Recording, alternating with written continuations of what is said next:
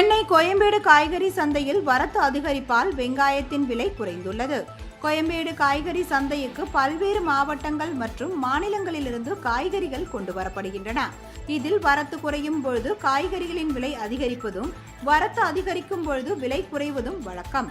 கடந்த சில மாதங்களுக்கு முன் 100 ரூபாய் வரை விற்பனையான வெங்காயம் தற்பொழுது 26 ரூபாய் வரை விலை குறைந்துள்ளது.